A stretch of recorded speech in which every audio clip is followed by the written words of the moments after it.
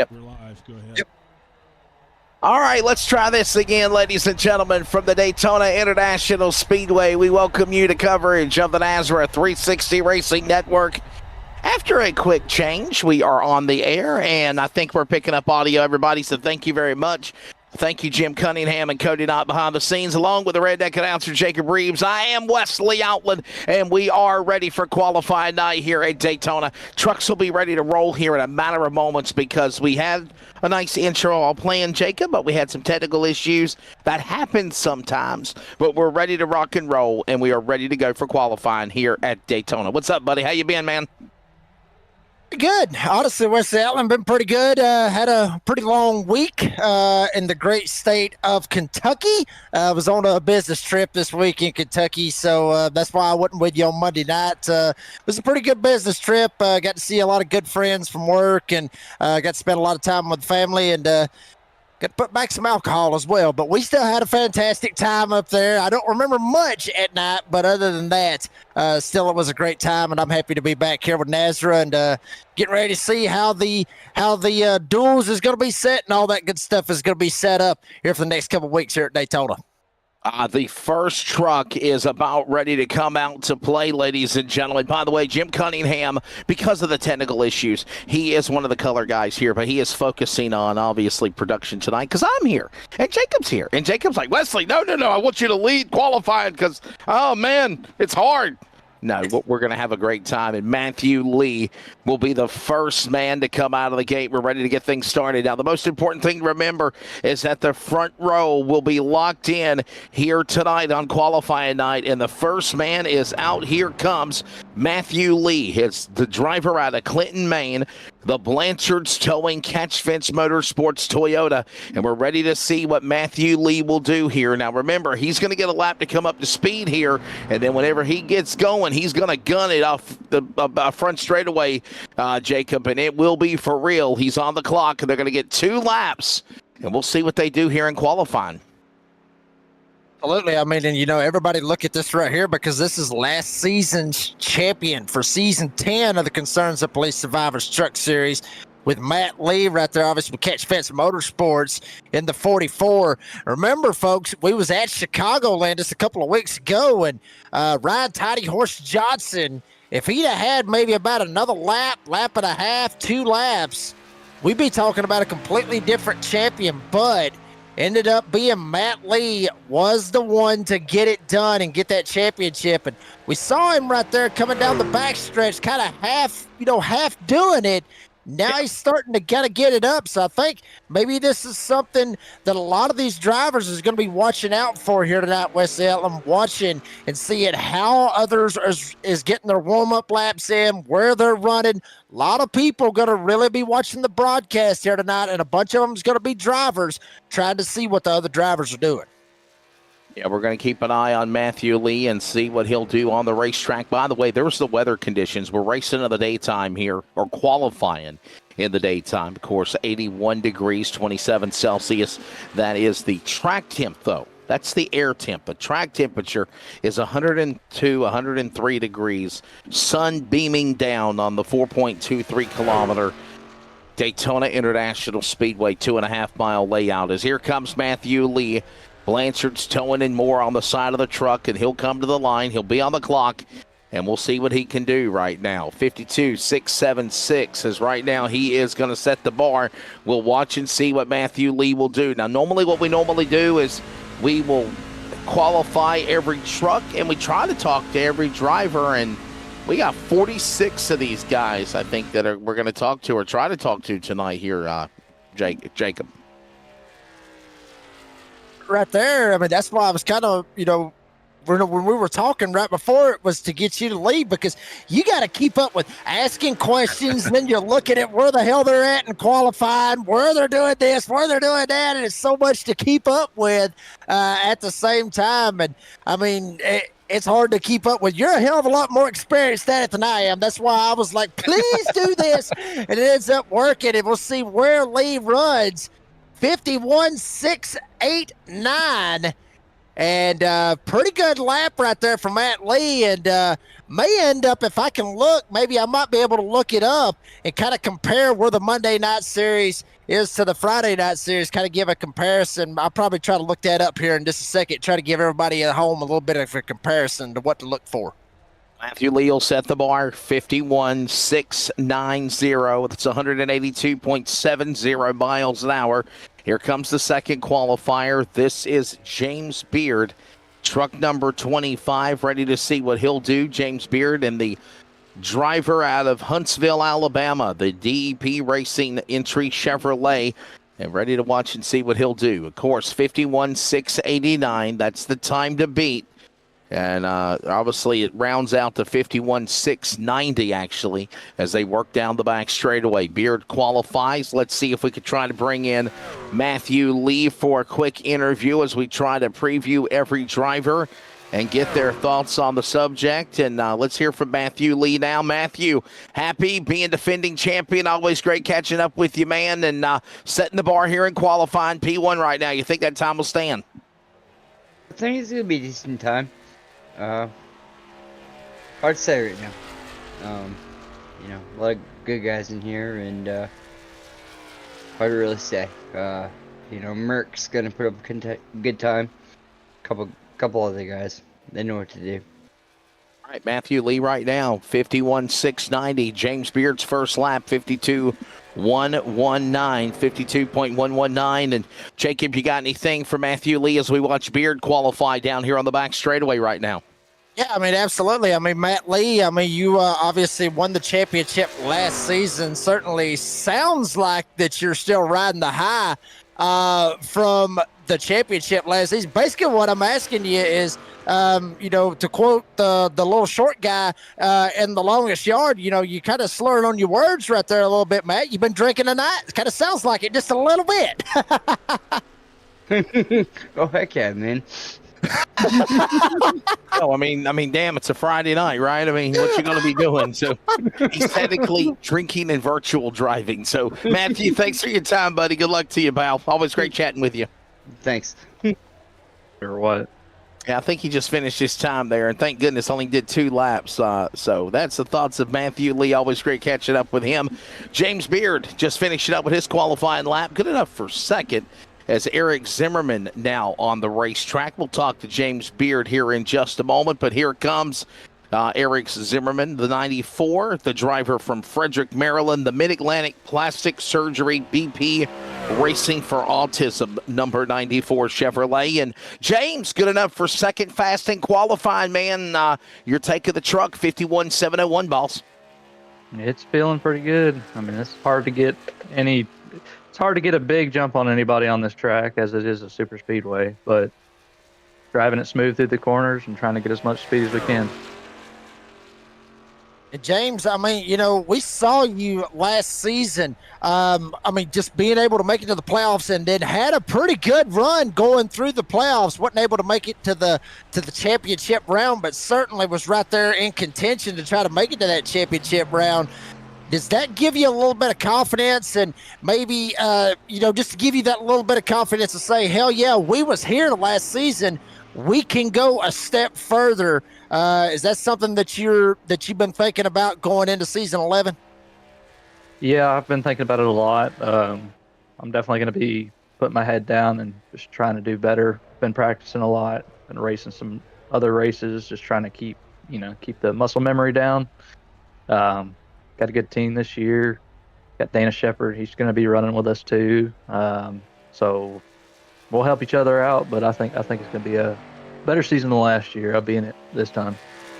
Hey, James, we appreciate it, buddy. Thanks for your time, sir. We're going to bring up Eric Zimmerman as well, coming up here now to qualify. As he just finished up with his time, the man out of Maryland. But right now, another entry, qualifier number 4. Here comes Devin Painter on the racetrack. Devin Painter in that number 99 machine. Of course, that is the driver out of Buena Vista, Virginia. The Exide Batteries Blue Line Racing Chevrolet. Got a throwback to when Jeff Burton used to drive back in the day for Jack Roush, and it's only a Chevrolet and not a Ford. But right now, Devin Painter going up to third, and we're going to grab Zimmerman now. Zimmerman, hey, buddy, how's it been? Haven't talked to you in a while. Good, solid qualifying run in the top 5 so far in the 94. Hi. Can you hear me? Yes. Yeah. All right. Yeah. It's been well. I haven't the last few times we've been at Daytona for the beginning of the season. I think I missed it. It's just figuring out this qualifying, the way we do qualifying versus just everyone just do 2 laps at their leisure. But yeah, I haven't been in the truck for a few weeks. Had some issues at the end of the season, and then then we had a few weeks off, so I just switched computers, so I'm actually talking to you on my cell phone. Oh, there you go. Yeah. Devin Painter on the racetrack right now, qualifying right now. Last lap time was a 51.733. Got to go a 51.689 for the pole, Jacob, as we're still talking with Zimmerman at 94. And it looks like Painter might be done. I think Painter's already done. He's basically just going to have to go with his 7.12 to be able to make it stick on that very first lap. And Eric, I mean, how important is qualifying at Daytona? Because a lot of people we've asked, a lot of them are like, hell yeah, it's important. I want to start up at the front. And the other ones are like, screw it. It doesn't matter where you start. It's just matters really where you finish. So what would your take be on that? To me, it doesn't really matter because, of course, for this, you want to get the top 2, or it really doesn't matter other than line up for the duels. But then, with the duels, sets the field. But it really doesn't matter at a super speedway like this. It doesn't really matter so much, at least not for me. You have different strategies to stay out of the way of wrecks and whatnot. So unless you can solidly keep the car up front the entire time and not getting, hung out to dry to the back of the field, it really doesn't matter. Well, buddy, it's always great catching up with you, ladies and gentlemen. That is Eric Zimmerman. He is the 4th the qualifier earlier. Right now, sitting 4th on the board, is now the 5th qualifier on the racetrack. This is Buzzy Mongold. We'll grab a word with him as some other drivers finishing up with their qualifying as Buzzy Mongold now qualifies. Here is the driver out of Concord, North Carolina, the Discount Tire entry number 12 Chevrolet. He is a part-time driver this year. Buzzy Mongold, though, no stranger to the world of NASRA, though, Jacob. Absolutely not. And anybody that has watched some of the Friday night and also the Monday night series knows that he's got Nordschleife, or whatever that damn 8-mile road course is that I wouldn't get caught dead at racing on. Just way too many turns. 14 miles, our great producer Jim saying. So, try to run 50 laps on that sucker right there. You'll run through a 12-pack real quick. But no way would I be able to even try to get a shot at trying to race on that thing. But certainly Buzzy Mongold, no stranger to NASRA, like you said, and coming out here with a 51.715. So nobody's still been able to crack into the 51.6s yet, Wesley. We wanted to try to catch a word with Devin Painter. Unfortunately, he is not in chat, but Buzzy Mongold is, as John Freeman gets ready to hit the racetrack. By the way, some of the trucks are trying to be in qualifying order, but I can see that Jordan Jurassic, Owen Scrage, Adam Newton, Caleb Hetty, Ryan Johnson were not in qualifying order. And then we had Devin Painter, Buzzy Mongold, now John Freeman coming up. Around the corner qualifying next will be Brady LaBeouf, a former champion, Dustin Scruggs, and Michael McKinnon as well. As here comes John Freeman now on the racetrack of the number 42, as he looks way, way off the pace, man. I don't know if there's a strategy here. The man out of Gloucester, Virginia, in the Premier Racing Setups, the Willman Chevrolet, and John Freeman, is he in gear? What's going on? He's supposed to be gunning it by now. Real quickly, let's grab Buzzy Mongold. Buzzy, it's always great talking to you, my friend. got a couple of top 5s, about 8 top 10s in your career for NASRA, but I know the big thing is one day to get that NASRA victory. Could this year in Daytona be the year for you, buddy? I certainly hope so. I think super speedways are definitely my strongest quality. So I'm hopeful that we can get one done. Buzzy, I mean, John Freeman needs to find speed. He needs to find it in a hurry, Jacob. I don't know if the truck was out of gear or what, but he's finally getting up to 170 miles an hour. Well, I mean, Wesley, I've seen drivers do this right here. I've seen drivers, like I've said before, just half tank it right there coming around on their warm-up lap. A lot of drivers look at it like that. A lot of drivers may want to half tank it. Some may be thinking about the grip and the tires. You see, you're at a 58.9. Let's see what this the big time lap. This is the one that he's hammered down on and he's going by. But I've seen drivers do this and it work out for them. And I've seen other drivers do it, try this and it ends up screwing them. So we'll see what happens right with John Freeman. But Buzzy, I mean, we talked about, trying to get your first win, Daytona and everything else, the super speedways. You talked about you love this kind of racing. What's more ideal, to be good at super speedway racing or to be lucky at super speedway racing? Which one is it? It's definitely lucky for the first 90% of the race. And that last 10%, that's where I think your skill can come in with how you can handle those push-ins. Because everybody's getting you like mad coming to the white and finish line. Well, buddy, thanks for your time. John Freeman finishing qualifying, ladies and gentlemen. That is the driver of Buzzy Mongold. Always great catching up with him. And we can bring in also, too, at one time, Devin Painter as well as John Freeman, who just finished qualifying. Here comes Cody Knott, the Madera, California driver. He's ready to take time. The Pulse Poppers Fishing Lures Mad Duck Racing number 26 Toyota on the Speedway. A little bit of overall statistics on the man that we know as Cody Knott in the world of NASRA. Cody Knott, of course, in his 392nd attempt when he's had 391 career starts. No wins, 16 top 5s, 100 top 10s. Cody Knott, though, Jacob, has improved in the recent months on every league. As we check in with Devin Painter. Devin, you qualify 4th, man. How you feeling? Not too bad. Just try to put out the best lap I could. Felt all right, I guess. But you know how it goes here. It don't really matter where you start. It's where, for one, if you do finish, and if you do, how far up can you go? Well, Devin, I mean, we saw that paint scheme, and real quick, got to give you a huge props on that. I mean, that paint scheme is absolutely killer.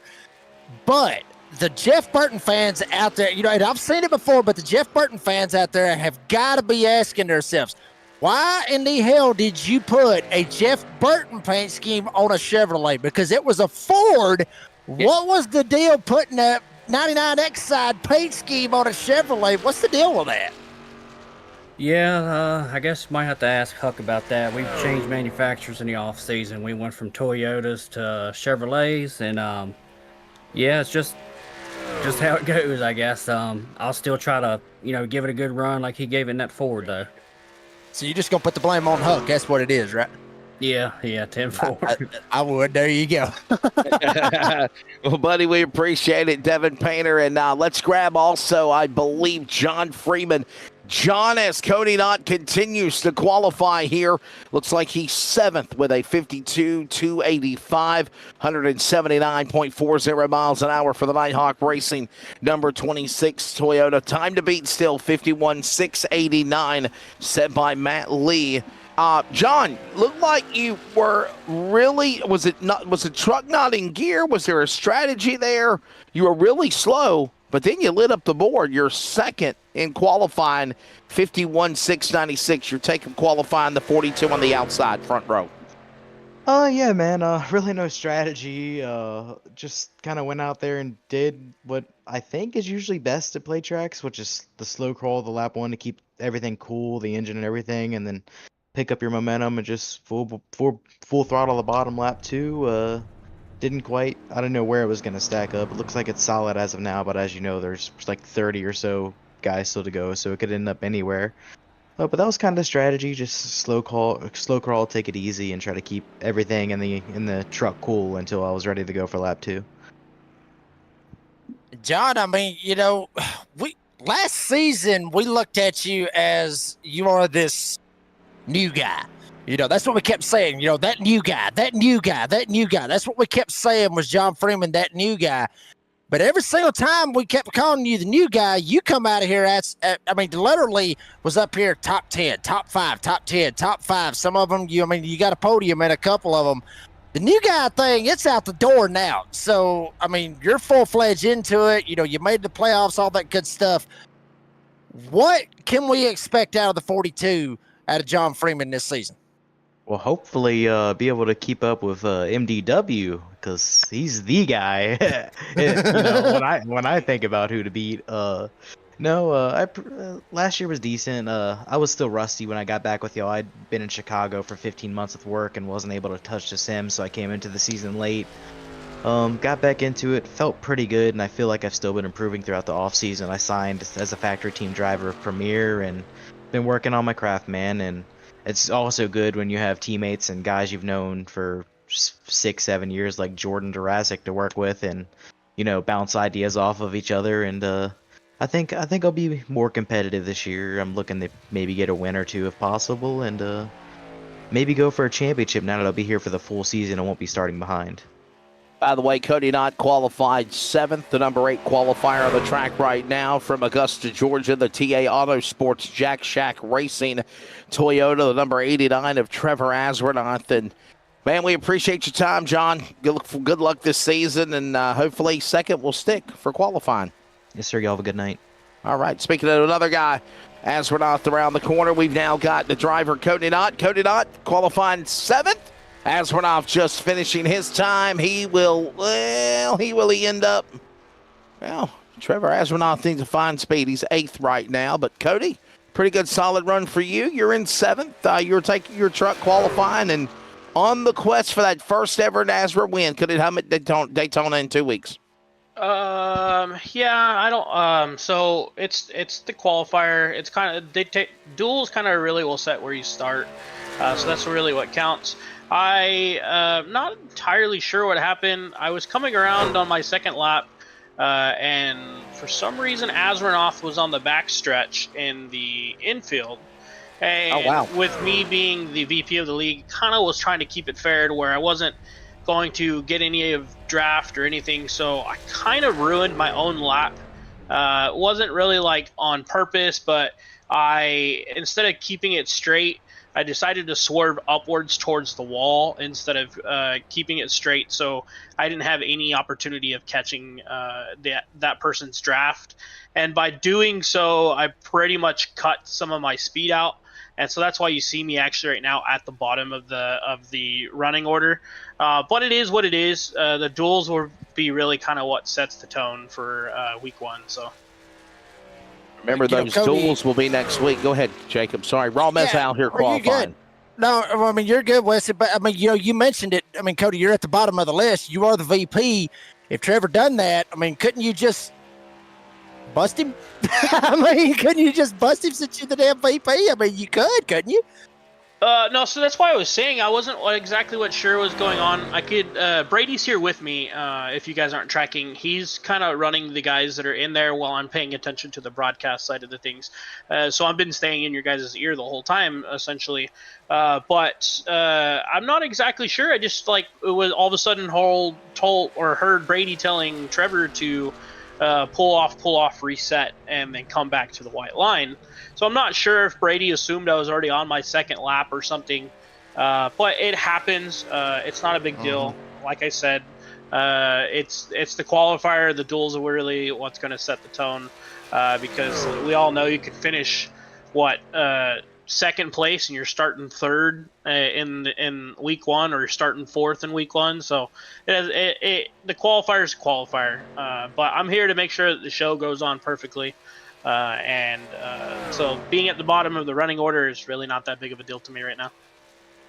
Of course, Cody Knott, always great talking with him and the man that helps out. Wow. All right, we apologize for that.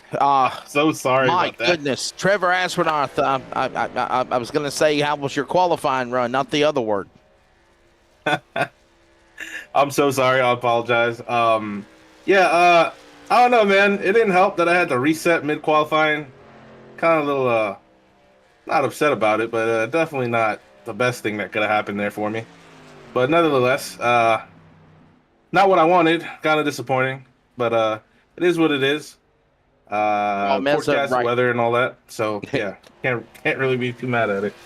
Raul Meza will qualify in the number 9 position, 51.802 at 51.896. His best lap. Not good enough for the pole, good enough for 9th, the man out of Madera, California, or Chico, California. As right now, by the way, Raul Meza 2 away from the all-time starts for NASRA. Robert Richards 444, Raul Meza 442, but he is looking for his first ever NASRA win. Jacob is right now Matthew Cummins on the track right now, the number 14. He will be the number 10 qualifier, and we will step away and take a break, man. But your take of talking with Aspernath right now, 6th. I mean, you know, what would be the ultimate goal here this season? You know, win a race, win a championship, make it to the playoffs. What's your ultimate goal? Yeah, I would love to win every race. That'd be great. But the ultimate goal for now is probably just to win this race, and then to go try to win the next one, and then possibly get us a championship. So I don't know, man. That's I just gotta see how it goes. First time in the season. I just really want to feel it out, see where these guys run, see what I could do, where I'll end up, and just probably try to strategize my way, maybe possibly get a championship. That's definitely the main goal. I think that's why we're all here, right? So that's what I'm looking forward to. Matthew Cummings in the driver out of Fort Wayne, Indiana, Chevrolet number 14 on the racetrack, as again Trevor Aspernath finishing up with his qualifying run, and he's out of Augusta, Georgia. Trevor, thanks for your time, man. And man, next time, disable your intro sound there. Yeah. Yes, sir. I will. Thank you, buddy. All right. No problem. I'll at least say I'll give you one mulligan on that one, but my goodness. Yeah. Okay. Hang on, I have to. Yeah. I had to, Jacob. I'm sorry. I had to. It's Matthew Cummins finishes up with his qualifying as he spins down the super stretch. We're going to speak to him really quickly, as well as Raul Meza, try to kill 2 birds with 1 stone. Raul Meza, man, what a good, solid qualifying effort. You qualified 10th. Your take of obviously finishing up with qualifying and a good, solid run for you there, Raul. Yeah, for sure, man. It's at Daytona, man. Yeah, we look forward to being able to qualify as best as we can, but we got a lot of heavy hitters over here in this league, especially on Fridays. But we're gonna do our best. Really good run, and that's the thoughts of Raul Meza, 2nd on the all-time start list for NASRA, but he's looking for that first ever win in Daytona. Jacob, I think you've got Matthew Cummins as well, and we will step away and take a break after. Go ahead, my friend. Yeah, absolutely. You know, Matthew, pretty good little run that you got right there on the 14. What's it going to take, for next week, get ready for the duels, and obviously the big one coming up here in about 2 weeks? I'm going to say it's going to take a little bit of patience and just kind of see how everyone else plays their cards right at this, because, everyone's going to be eager and kind of gnawing at the bit since that break. So I think patience and just trying to get the timing down right is going to be key. Well, ladies and gentlemen, there's the thoughts of both Raul Meza and Matthew Cummins. 10 qualifiers so far here for Daytona. We're taking a break. When we come back, we grab back qualifying on track here at Daytona. Here in preparation for Season 11 with the NASRA Concerns of Police Survivors trucks. We're back in a moment.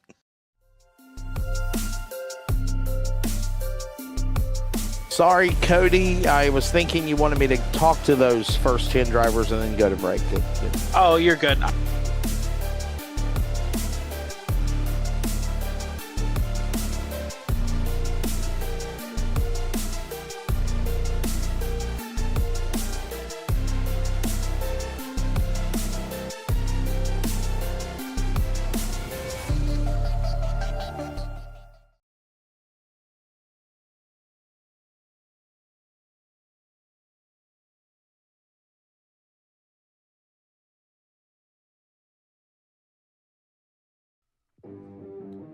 Craftsmanship that lasts a lifetime is Florida Cabinet Distributors.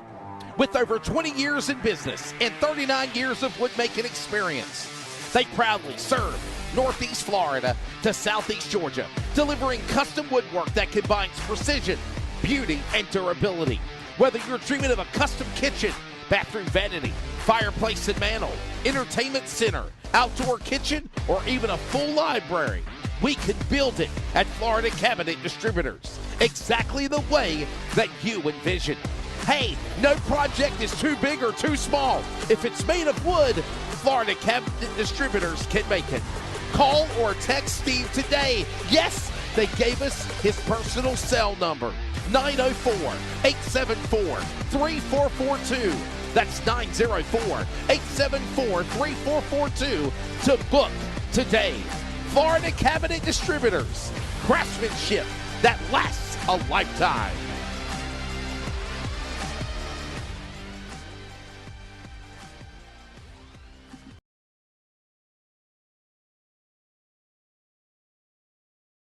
Daytona, and the replay is qualified, ladies and gentlemen. Welcome back to our coverage. Mr. Jim Cunningham running the boards. Jacob Reeves, I'm Wesley Outland. That's the most recent qualifier. It was Matthew Cummins. 10 qualifiers down. There was 46 pre-entries for qualifying, but some people are either going to be late at the bottom of the line. I don't know what's going to happen. But anyhow, we're about ready to roll. The next qualifiers is right now, but it's still Matthew Lee, John Freeman on the front row, James Beard, Devin Painter, and Buzzy Mongold, your top 5. Aswarnoth, followed by Zimmerman, Knott, Cummins, and Meza. The letters on the thing, they're working on it. Jim's, I mean, we had audio issues. I mean, what the hell? At least we got that fixed. So we're calling the names out. You're seeing them on the bottom of the ticker. You're actually hearing them from interviews, and we're called back up. So we'll get them back out here. I mean, I don't know what does the ticker look like? What does the ticker look like? Does that look big? I mean, that looks better than, trying to pass a driving test, It's like, go with it. I mean, the other ones are like eye exams, right? There you go. I mean, do you remember when you is it that eye or that eye, right? Wow. BLEFLLRREZ, that determines whether you get your glasses fixed or not. I'm just saying, look, as a guy that wears glasses, Jacob, I know about that sort of thing. So, Matthew David Wood, a lot of people, Jacob, are saying this is the Pied Piper of the NASRA Cups world, ready to go out and do it again on the 21. Absolutely. I mean, Wesley, I look at this kid right here. I talk about him all the time on my podcast, the Door Banging Download on Spotify and Apple. Matter of fact, a little bit of Behind the Mic will be on the next episode whenever it comes up. But I talk about Wood all the time. I talked about, yeah. We have a lot of beef on there, a lot. But, and one of my beefs was not necessarily with Wood, but it was with just how all the stuff is, because this kid right here, everybody has talked about him. This is the guy that everybody watches out for. He's always the top guy over the past couple seasons. This kid comes out here and lays it down, literally takes all these guys to the woodshed every single race, but it comes down to the final race in the championship and something happens and Wood's not the champion. So will this season be the season that the 21 finally gets that championship? Only time will tell. We'll figure that out when it hits April, but certainly got to get it started off on the right foot here in qualifying here at Daytona. Making his 135th attempt start in NASRA here in Daytona. Matthew David Wood on the clock. Here he comes. 30 career wins. That just shows you how darn good this kid is.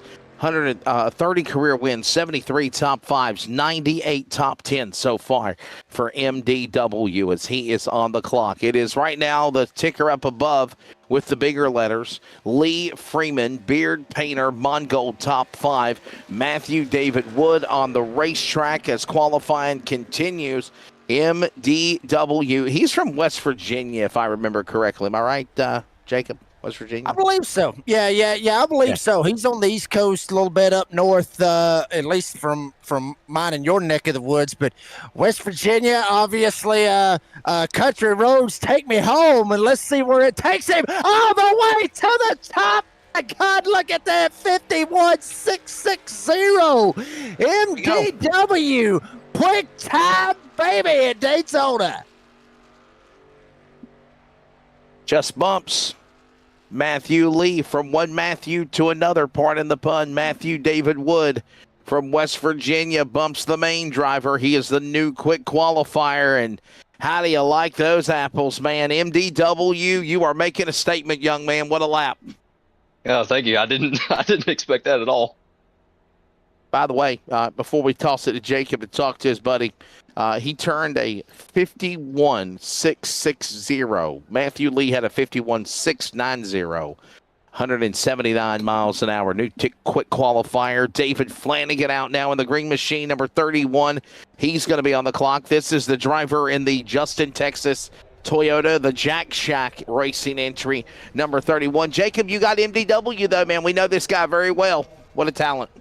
Yeah, absolutely. I mean, this kid, I've talked about him before. I talked about him a while ago. I mean, this kid is just, literally dripping with talent every time he comes out here in a NASRA race. Would love to see what he can do up against the Monday guys. I would love to see that, and I'm sure you would too, Wes Allen. But Wood, Matt, dude, every single season, we talked about it. Hell, you got 30 wins and however many starts and everything else. What do we, I know what your ultimate goal is this season is to win the championship. How are you going to do it? That's the question after, this is literally going to be third time's a charm. How are we going to get it done? Just be consistent, honestly. Just try to win as many races as I can and not screw up when I get to the championship races. And last year I didn't take a set of tires when I needed to, and when I came down pit road to take that set, it just unclicked them, so I fell all the way to the back. And I was trying to save as much as I could, hoping for a yellow, and if there was a yellow, I would have been able to storm through the field, but there wasn't. But yeah, I've worked a lot on qualifying. I've never really been good at qualifying, and especially at super speedways, I've really had to work on my craft, and I've never won a super speedway on iRacing until 2 weeks ago when I won 2 super speedway league races in a row. So I've improved my craft, and apparently I've done it in qualifying too. I didn't expect to go P1, and will it be beat? Probably, but who knows? It felt good. I'll tell you what, man, hang on to that. Stay up in we are watching Flanagan qualify here now. He's showing speed. I got to say, though, man, what would it mean, though, to put yourself on the front row, obviously, tonight, regardless of what goes on the next couple of weeks, right? As we watch Flanagan work turn number 1 and 2 solo, regardless of what happens, if you put yourself on the front row tonight, preferably the pole, MDW, that's that comfortable feeling, right, that you don't have to stress over the duels or anything, obviously, and then you're up in the front for the big race in 2 weeks for Daytona, right? Yes. So it takes a lot of weight off of your back, not having to worry about the duels, just really just hanging around in the duels. So it takes a lot of weight off the back, and hopefully we can qualify up here. But glad to be back with Mission 1 and all these guys, and glad to see y'all are still here doing a great job. So it's just, it was fun while it lasted. David Flanagan just bumped you. MDW, you are now second.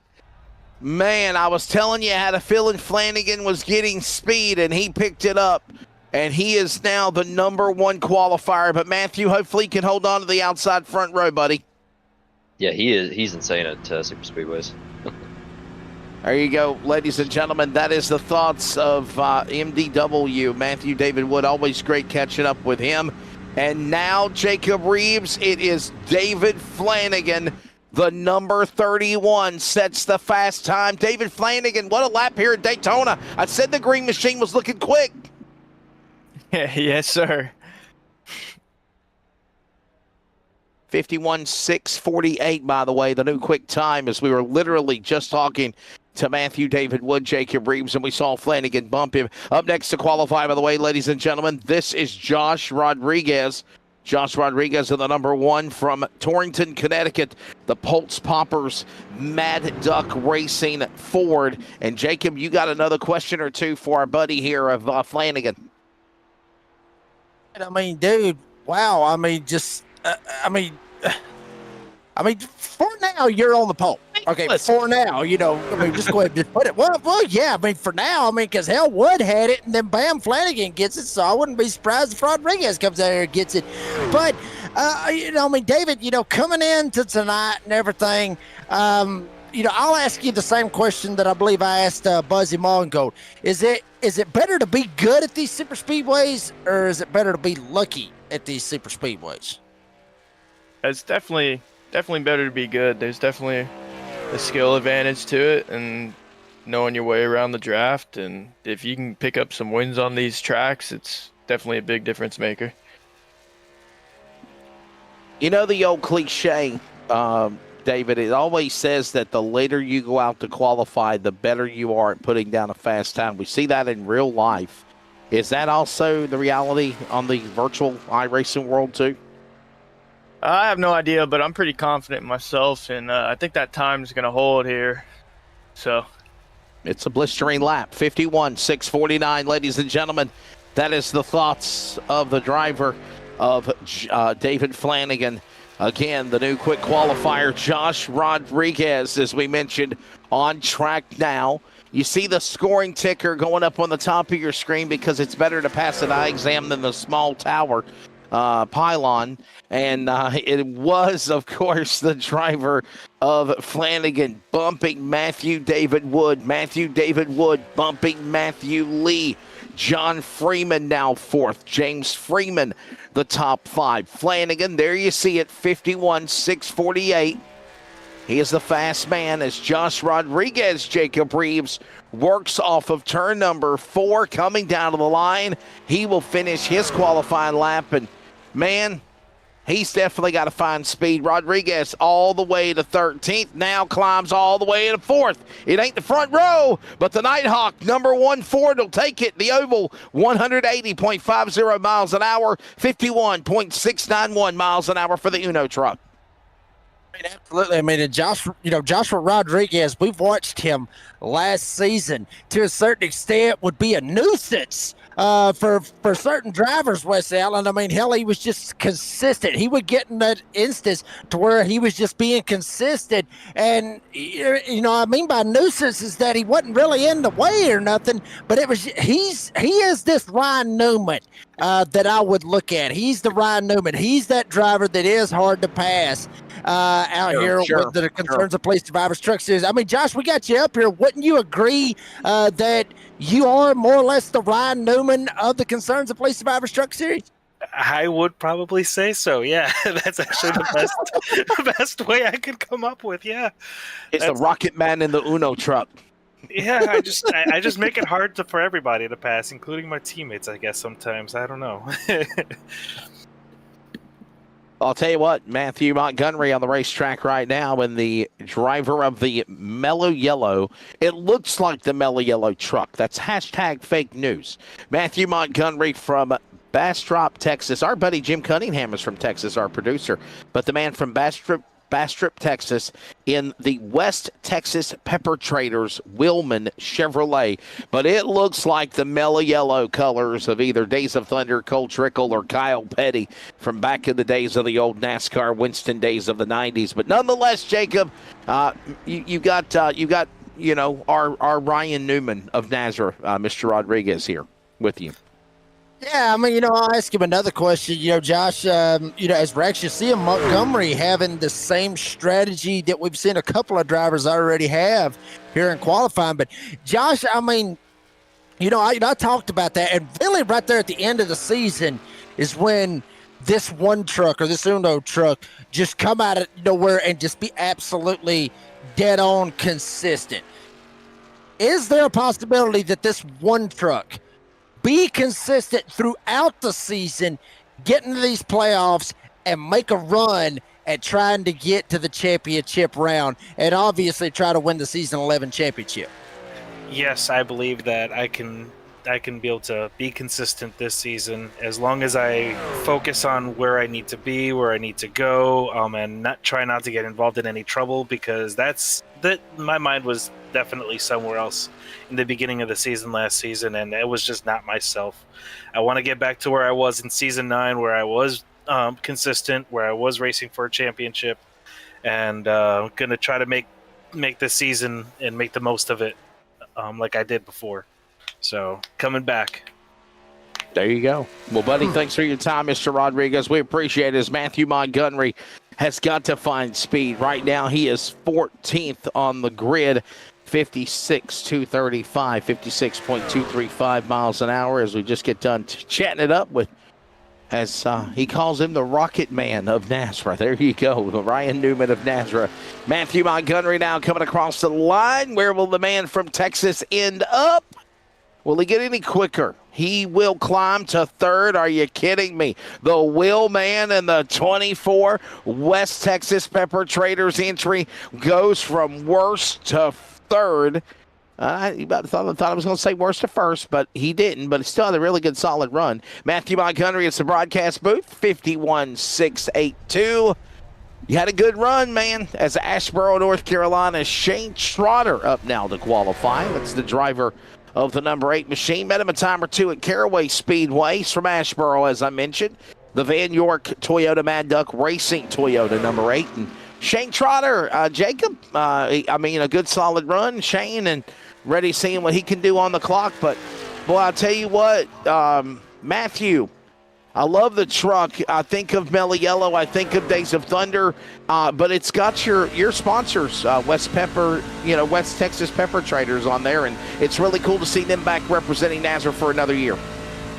Yeah, man, it's really cool. Like I said, really enjoyed having them on the truck. It's a lot of fun. And the colors just worked, and so I reached out to a friend of mine to help me create the Pepper logo, just with the text and everything, and I went through and handled everything else myself. I've been making some paint schemes on the side and learning how to do that, and so it's been kind of fun. I really like how it turned out. It's cool to have a truck that looks iconic but still has your own logos and stuff on it. So I'm glad it's getting some praise there. Matt, last week we went to the Bristol Dirt. We went there. We went for the Clash. Talk about how that is going from a dirt track for a Clash, and then out of nowhere, bam, we're going straight and getting ready for Daytona. I mean, just the whole mindset of going from a dirt track, short track, all the way to a super speedway. I mean, what's the mindset having to juggle 2 races like that back to back? It's not too bad. I'm shocked, honestly. I think I finished 6th in the dirt race, and I'll be the first one to tell you I'm terrible on dirt. So I was working with the Wheelman teammates, and they were showing me just kind of how to get around there, and I got kind of comfortable. But 6 was definitely not on the radar, so definitely a lot more comfortable coming back to the pavement. But yeah, it was fun. I'm glad NASRA went through and mixed it up, did something a little bit different on the Clash side of things. I thought it was pretty cool to go through and slide around and just learning how to make that work. And then obviously, coming back to Daytona, it's different, but it's one of those things where there's a lot of familiarity with it. And so I don't think it's going to be too much of a shock, but it will be obviously drastically different, but I think just as fun. Well, we appreciate your time, Matthew. The Willman, number 24, up to third, as here comes Kermit the Frog, Luke Smith on the racetrack qualifying. We continue on with qualifying here for the NASRA C.O.P.S series. We're going to bring Shane Trotter in. We mentioned him from Asheboro, Caraway Speedway down the road. Call that home. And Shane, pretty good solid run in, your qualifying top 15. I mean, that's doable, right? I mean, I guess the key is to get through the duels next week, sir. Oh yeah, that's the most important thing. So just getting back to racing and getting into the duels and jumping in there and getting a better starting spot for the big race. And that's all it's about, because qualifying don't mean jack here really unless you're on the front row. Yeah, I mean, Shane, we talked to, a lot of drivers about that, what their mindset is, if qualifying matters or it doesn't or whatever. But, Shane, we've actually seen you here at Daytona have some pretty wild moments. You've, had some pretty good finishes. I mean, what does it take to try to finish up front here at these super speedways like Daytona and Talladega? I mean, is it and the new Atlanta, but is it the wrecks, or is it just trying to be good? Because I've asked that question a lot here this evening. Well, it's a golden horseshoe, really. I don't haven't found it yet, but that's what it is. It's just getting lucky and staying out of the chaos, and sometimes you get involved in it, but it's just about staying locked in and finding a way to get a finish out of it still. And I've had some good runs here, in NASRA a couple times. I've got up front, and a couple weeks back I led a lot of laps here.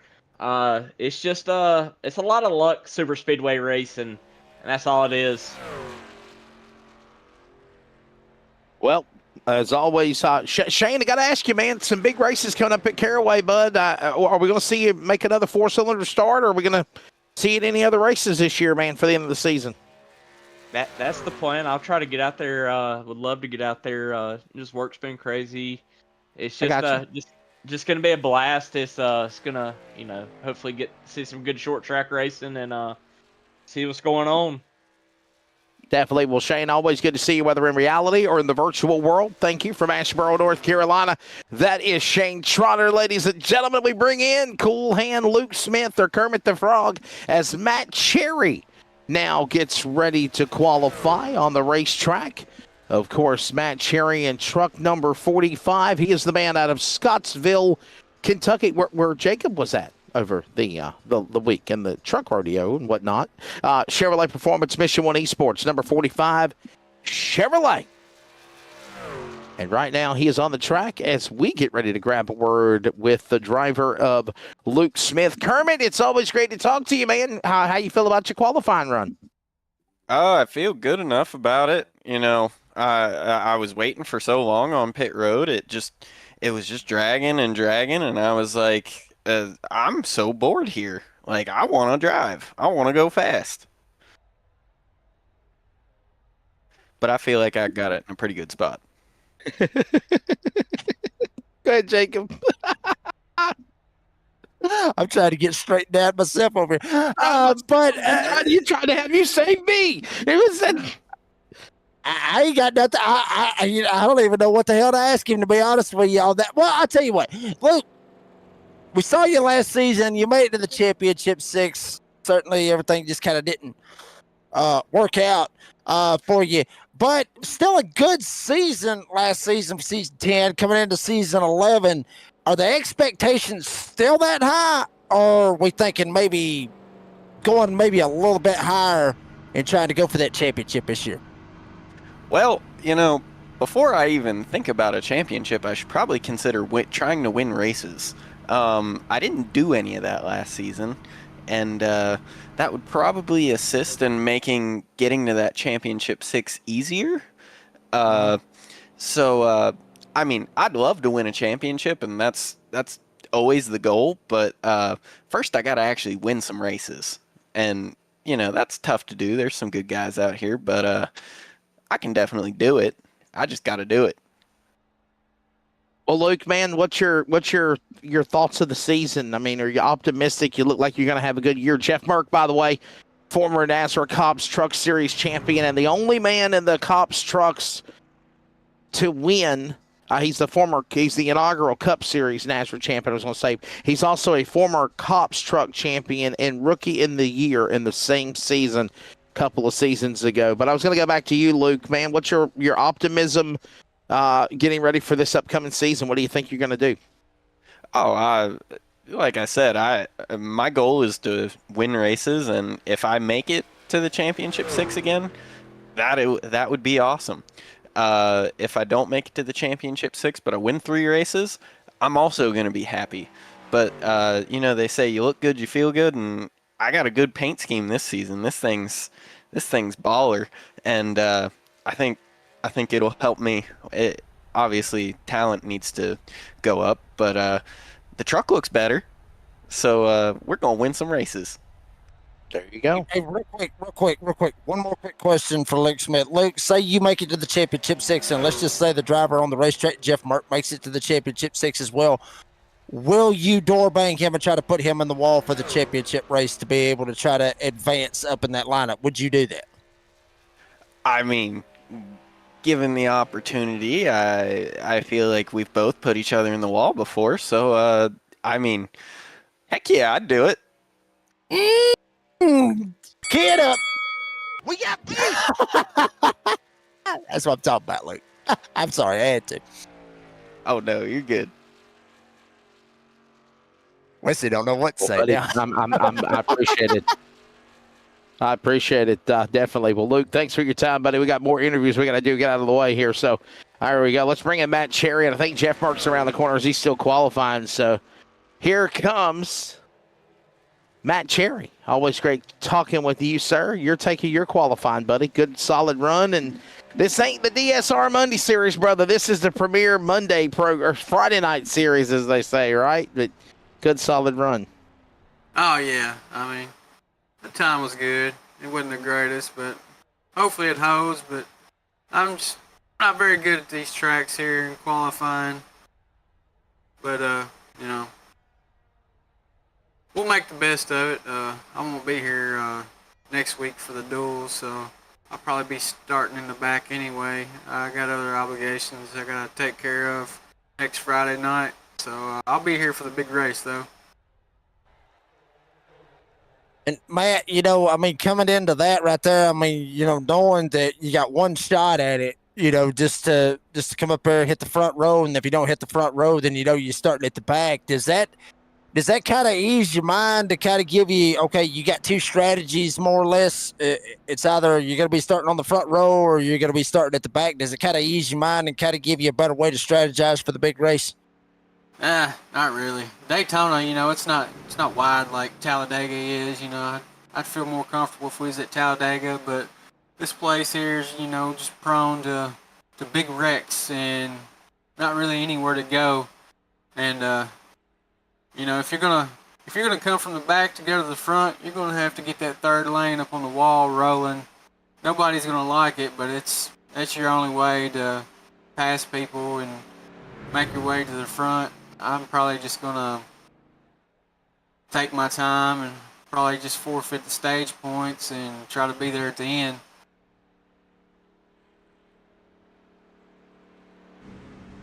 Well, there was the thoughts of Matt Cherry. Matt, always great seeing you on Monday and the Cup Series, and now Friday night with the trucks when you can. Thanks for your time, man. Good luck. I appreciate it. We'll see you. There you go. That is the driver, Matt Cherry, as qualifying is continuing here, and I'm trying to make sure I keep up with my number count. Have we hit 20 yet? I think we're around that corner, aren't we? Let's see here. We're a couple more. Brandon Schumann on the racetrack right now qualifying. Brandon Schumann. And we're going to bring in the weapon. They call him the weapon. We call him Pookie. Jeff Merck, what's up, buddy? What's going on, man? Qualifying? How you feeling? Qualifying and more qualifying, right? Yeah, it's just like any other day. We just got to go with it and see what happens. Jeff, I'll ask you this, I remember, because I went down there, I was kind of, sitting down there kind of just joking with y'all a little bit in the Catch Fest Motorsports, before we got up here and everything. And I know Matt was like, yeah, hell yeah, I'm going out first. just go ahead, just get it done with and get it over with. And Jeff, you're kind of towards the back of the line. Which would you have preferred to go? Would you prefer to kind of go right where you was at, or just go ahead, go first, just get it over with? Because it's like Wesley was talking about a while ago. It seems like the guys at the back seem like they get a little bit better of a starting spot. But I mean, where would you prefer to qualify when you're in this situation? Well, with with the sim time, I'd have rather went early when the track was still a little cooler. That way, the tires would stay a little cooler. You get a little more time out of it. But we have no effect over, just like in real life, you have no effect over the pill draw. So you just run wherever the admin tells you to go, and then you go. Or in my case, you go a little early, reset, and go again. I'll tell you what, Jeff, man, it's been a couple of seasons, right, since you've won the championship in Rookie of the Year. What's the competition level like now on the C.O.P.S Truck Series? And obviously, you're the Season 1 NASRA Cup Series champion, so you're still winning championships, but definitely, your take of obviously all you've done, accomplished, still kicking, doing it, and wanting to get another title. Yeah, I mean, like you said, it's been a couple of seasons since I won anything as far as the championship goes, but that's racing. I mean, if we were guaranteed a championship every year, it'd be boring. So, I mean, you still have to get out there and run it, get your money's worth out of it. I mean, I was where I wanted to be last season and got in an incident in the last stage, racing for the lead. So it's not like I'm still not fast enough to win a championship. I just have to work on the stuff that's out of my control. You really can't control. So that's where I'm at. There you go. Cannot control the things that you cannot control, but control the things that you can. Nietzsche's taught us that, Jacob. I'm old and wise like a grasshopper. I think we both are. We both and wise are. like a grasshopper. Yes, mind and body strong, grasshopper. So, Hey, all right, Jeff. Thanks, brother. What you got? Go ahead. Somebody tell the redneck announcer to stop picking on my two fans when they come in there, huh? Oh. What two fans are they? Is it the Bruce family? I don't know. I heard something about Merck's two fans or some shit. I don't know. Oh, I don't know what fans you're talking about. I don't know. I don't know anything about it. I must have got some bad intel from the guys. They must have been pulling my chain or something. Well, at least it ain't OnlyFans, right? I mean, Hey, don't knock it till you tried it. Oh, my God. Oh, Jeff, thank you, brother. I appreciate it. With $20 is $20. Yeah, I mean, we all gotta put gas in the car, right? I mean, That's right. Thank you, Jeff. No. We'll see you guys. With that said, let's bring in Brandon Schumann. Hey guys, how you doing? There's no beef. Oh yeah, it would actually. We got beef. There it is. Oh my There's goodness. your beef right there. There you And go. you want me to lead anchor this thing? I mean, it's off the rails. We're never bringing Jeff Burke in for an interview again unless he wins. That's how it always is. Brandon Schumann, you finished qualifying, buddy. Your take of tonight, and man, you see we're having a fun time in the booth, sir. Welcome to the party.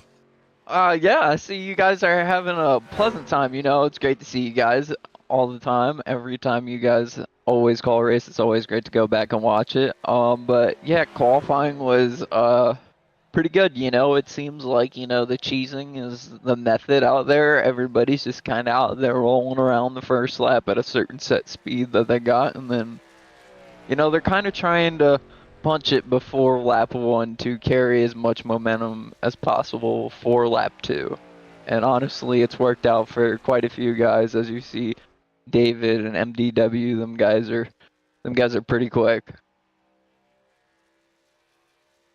Brandon, buddy, you talk about that. They're pretty quick, but I mean, you're up there too. I mean, pretty quick right there. I mean, at 51.687. You're still pretty fast right there, buddy. I mean, you're looking pretty good. So, I mean, still, pretty good spot. I mean, is that gonna does that help you out getting ready for the duels next week? I mean, obviously, I think it would.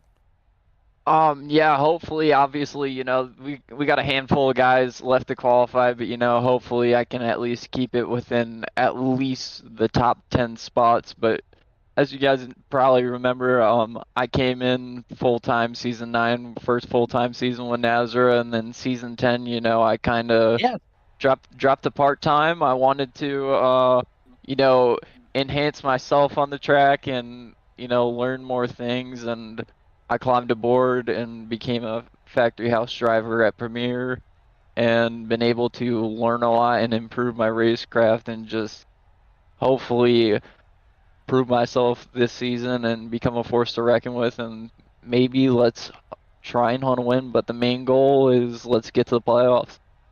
Get to the playoffs. Well, ladies and gentlemen, that is Brandon Schumann.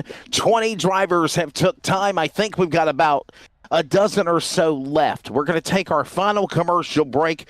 We're going to finish qualifying, and we're going to wrap things up from Daytona as the front row is all that matters tonight in preparation of Season 11. Back with more from the World Center of Racing, the NASRA C.O.P.S Truck Series from Daytona after the break.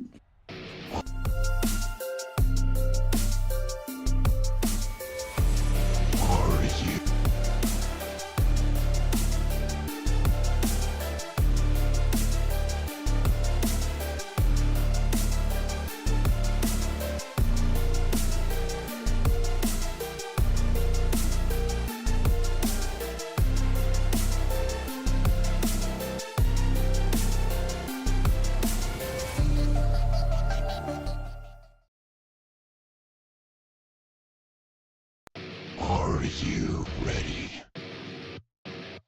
For Murph's Magical Creations, home to custom laser engraving and gifts.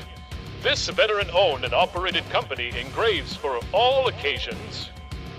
If you want one of Murph's Magical Creations, call the number on your screen or commission through either Instagram or via email. Murph's Magical Creations, made with love for you. Starbase 1552 Comics. We sell everything a collector would want. Comics, Funkos, action figures, and so many more. A real American comic book shop. We are online only. Starbase 1552 Comics. Find us on eBay Auctions.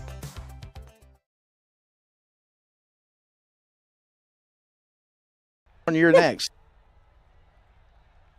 All right. Welcome back to Daytona, everybody. Qualifying is nearing the end. Jacob Reeves, the Red Deck announcer, who is usually the anchor of the C.O.P.S Trucks Series for NASRA on Friday night. And Jacob, this is your farewell tour. I mean, this is your farewell tour for Friday nights this year.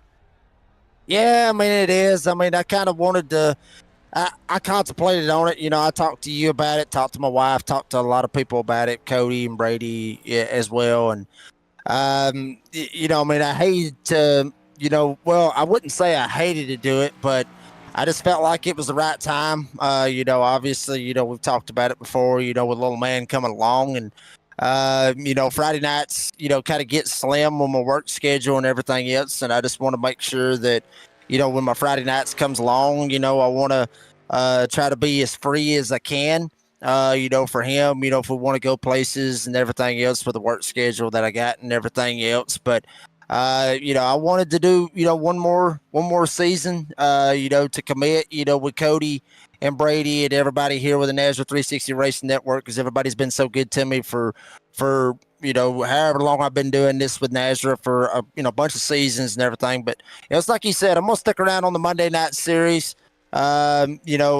call races with you for the DSR Electric Truck Series, and until I can do it no longer. I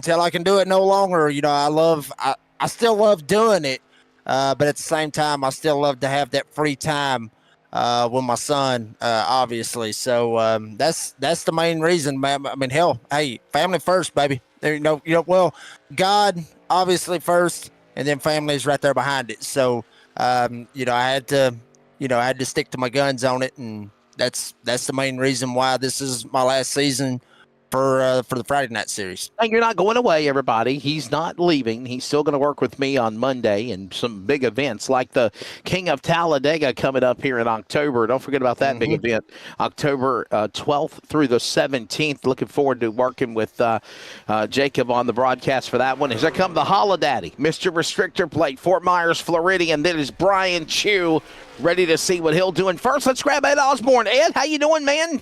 Qualifying? Take of it? The number 28 ready for a new year, sir? Yes. I'm ready for it. Well, I'm not even sure where, like, 8th there it looks like. I'm happy with that. I'm not a big fan of the 2-lap deal, though, especially on the super speedways. It's, a lot of cheesing going on. You have to follow suit. Other than that, though, I'm well happy with 8th. I'll take that. Ed, you talked about that. Everybody's got to have, that kind of strategy and everything. So you said you would prefer the 1-lap deal where you just come straight out, gas it, and just take off. That's what you would prefer is just 1 lap and that's it. Hey, that's what NASCAR does. Yeah. I like it just simply because it takes away all of the little games. I'm not a fan of the games, but you have to do it. They give you that opportunity. You got to take it. These things are so close and so tight all the time on qualifying. Every little bit helps, so got to do what you got to do, I guess. I would much rather see the 1 lap, though, on the super speedway especially. Well, I will tell you this, that they do enforce, like, Jacob, you've even seen this before, and we've seen people get busted for it, but they try to enforce or make sure that it's fair and no shenanigans going on, I guess. So. Oh yes, for sure. This is for sure the most fair league I've ever been in.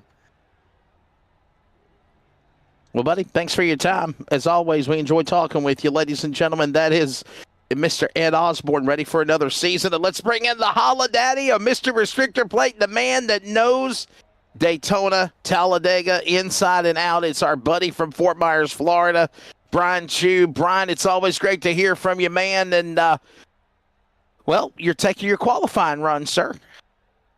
It was pretty slow. I think I need to be bump drafting people to be fast. Here. Your words, not mine. Those were your words. Yeah, it was slow. I don't know, man. I never qualify on a single lap ever good here. So I always have to do it in the race. So guess what? I'm going to have to do it next week.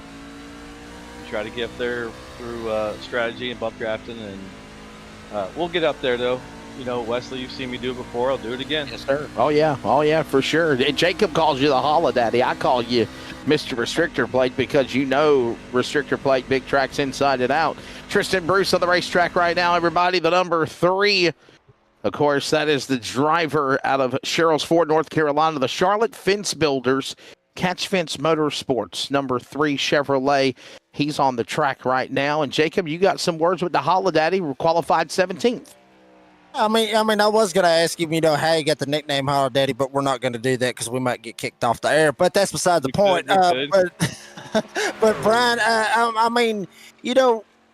granted, Mr. Restrictor played all that, and you are good at super speedways and everything.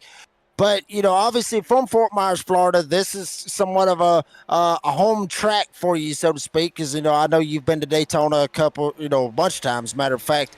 But would you say that this is your favorite track out of all the tracks that we run here in NASRA? I'd probably say so, yes. Just because of that home field. I've been going here for 25 years, camping in the infield. I've been on every inch of this racetrack. Even around the racetrack in a car.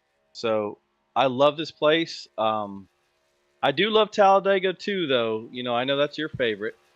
Because the racing part, it gets a little tight here, trying to, bump draft and get around the corners and stuff like that. But as a homeboy here in Florida, absolutely is my favorite place. It's like hallowed grounds. So yeah, when I can do well here, it really does feel good. Just even if it's in a sim, you know what I mean? For sure. Tristan Bruce now, where will he end up in qualifying as we are wrapping it up? Where will he end up in the number 3, third, in truck number 3? There it is, 51.675, 177.40 miles an hour of right now Tristan Bruce finishing qualifying. So, well, Brian, thanks always, man, for your time. We appreciate you, Holla Daddy, and go get him in 2 weeks, man. I know qualifying just locks in the front row, but you know you're doing. I'll try to get up there, Yeah. Wesley. I'll do what I can, just so you can yell out Mr. Restrictor Plate again. You know, I love when you say that. But love you guys. I appreciate it. Thank you so much, buddy. Ladies and gentlemen, that is the driver of Brian Chu. Let's grab now Tristan Bruce as we're narrowing the end of qualifying. Jacob, you got Tristan Bruce here, man. What a solid run for him.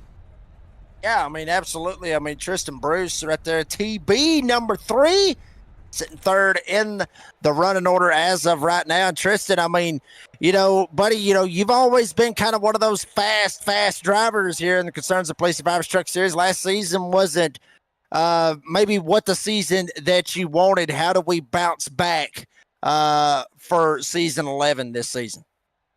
Yeah, I mean, starting off with the Clash win at Bristol Dirt's one thing, so that's a good way to start this new season. I sit P3 right now. It's a pretty good lap, better than honestly what I expected to put down. So I don't like Ed said, I don't like doing the cheesing thing, but if that's what the guys are doing tonight, if that's what's gonna work, I'm gonna do it too. So that was honestly my first time doing that cheesing for the whole first lap and a half or so. But yeah, so good run tonight. Wish it got to P2. We'll see if, I think there's about 6 or 7, 8 guys left, see if they can jump up to a top 2 spot. But P3 in a single truck qualifying is really good at Daytona. So yeah, just looking forward for a bounce back season. Better than last year for sure.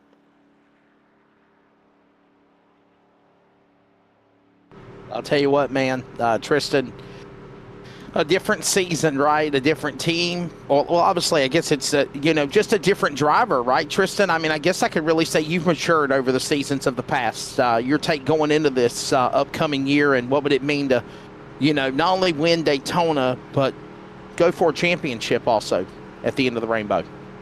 Yeah, I mean, I'd like to win every race, obviously. Last year was a lot more calmer for me than season 9. We had a bunch of run-ins with people, but yeah, just need to do what MDW's found and win every race and just be up there and strike on every opportunity that you can. We're watching Adam Lighty work around the racetrack right now as qualifying is continuing. And boy, time is running out. So, Tristan, thanks for your time, buddy. Always great hollering at you, sir. And what Bruce family are in the chat box right now watching, listening?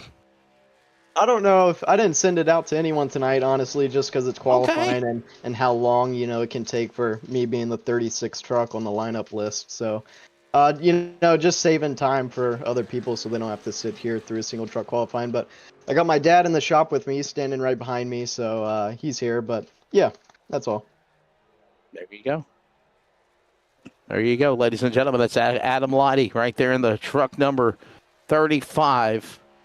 That is the man right there on the track as he is trying to finish up qualifying. But that is, of course, the driver, Tristan Bruce, from, of course, Sherrills Ford, North Carolina. It was great catching up with him.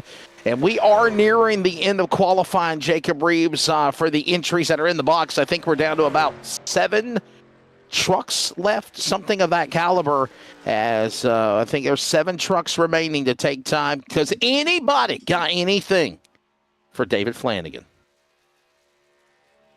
Be honest with you, Wesley. I mean, that's a pretty scorching lap right there to 649. MDW, he hit a 660, and then Bruce obviously right there with a 675. But I mean, Flanagan, pretty good lap right here. We'll see what Adam Lichty's got as he comes off of 4, hits the line. see where he ends up lining up. Adam Lichty kind of had that strategy, kind of like everybody else is having to, kind of dog it on the warm-up lap, and then everybody tried to use that strategy. And, if I may, I'll go ahead and put my 2 cents on it.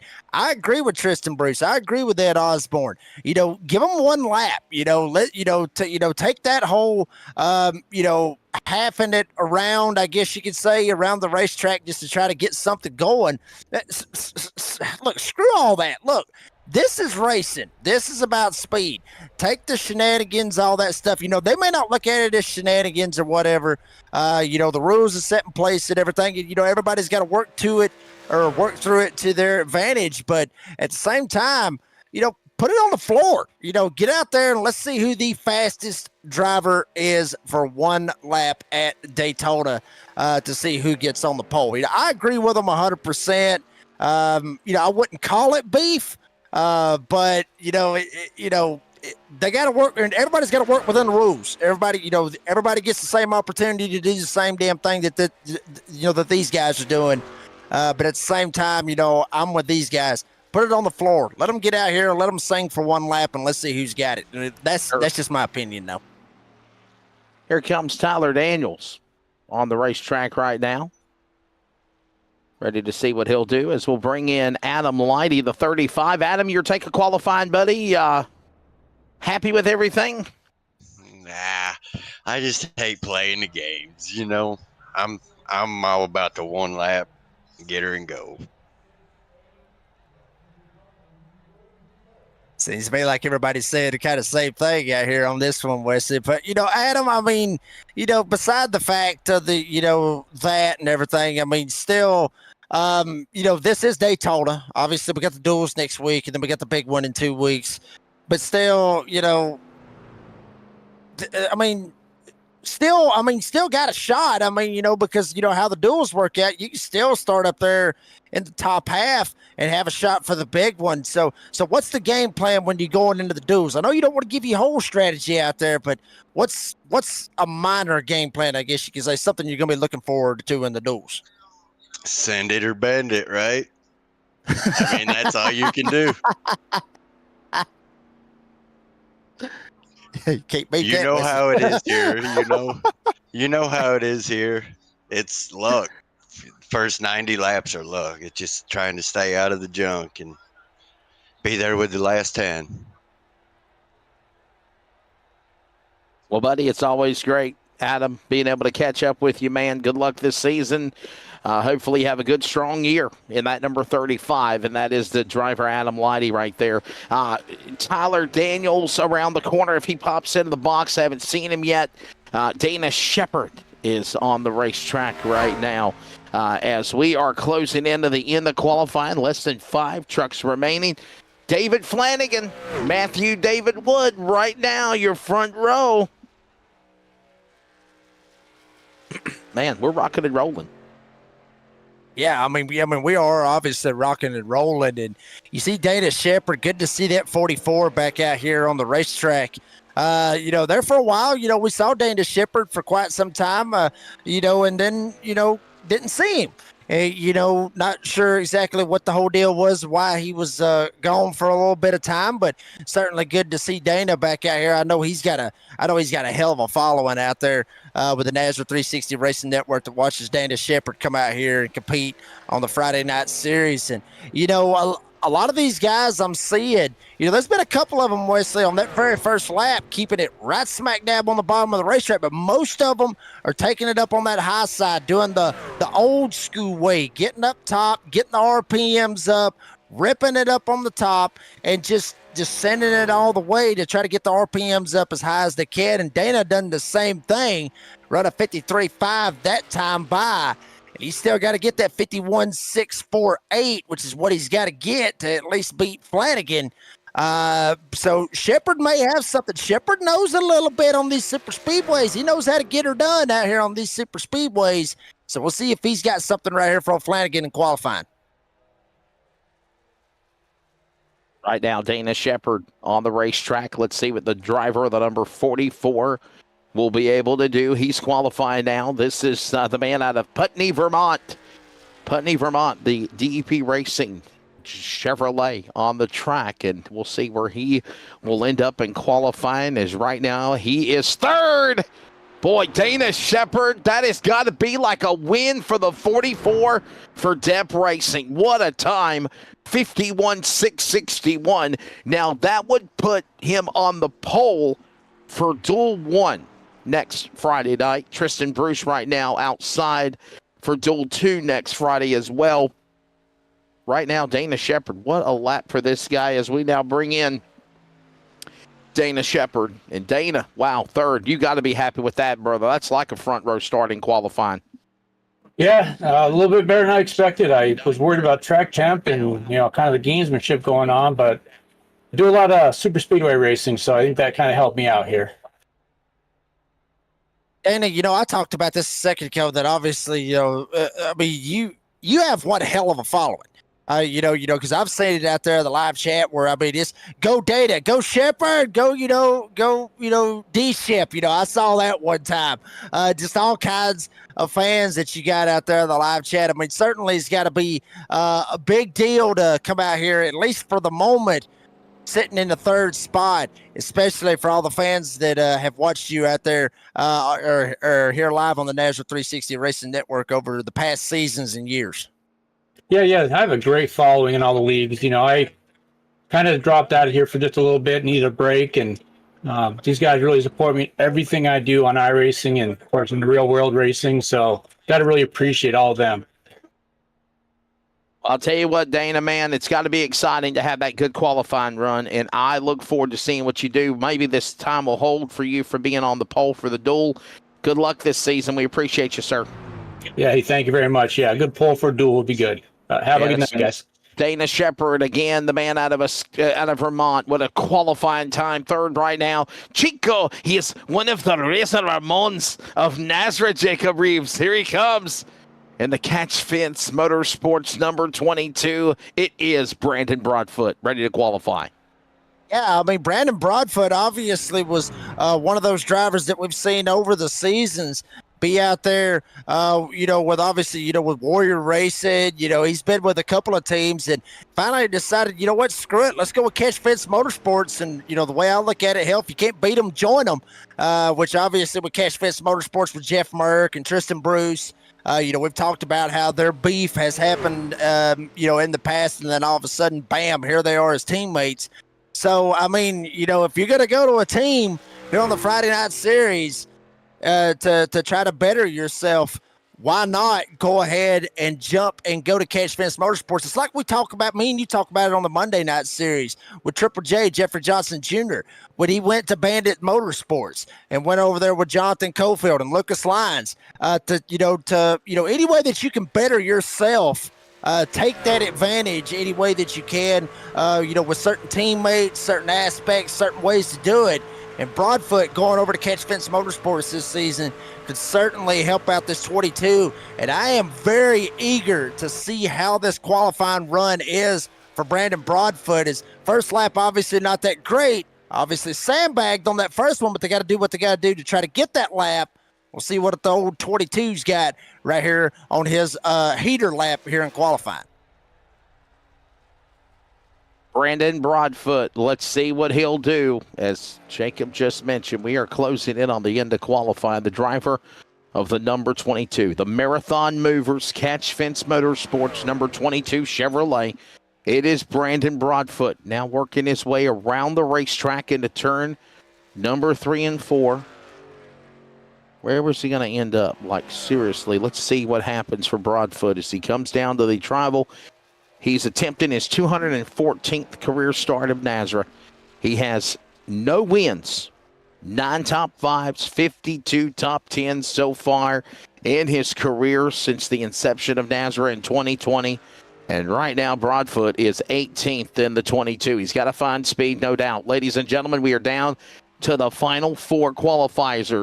I'm getting tongue-tied. Qualifiers. Isaac Bevan, Jose Luis Rivera, Keith Haney, and Brady LaBeouf all coming up to ready to wrap it up as Brandon Broadfoot looks like he's finished with his time, Jacob.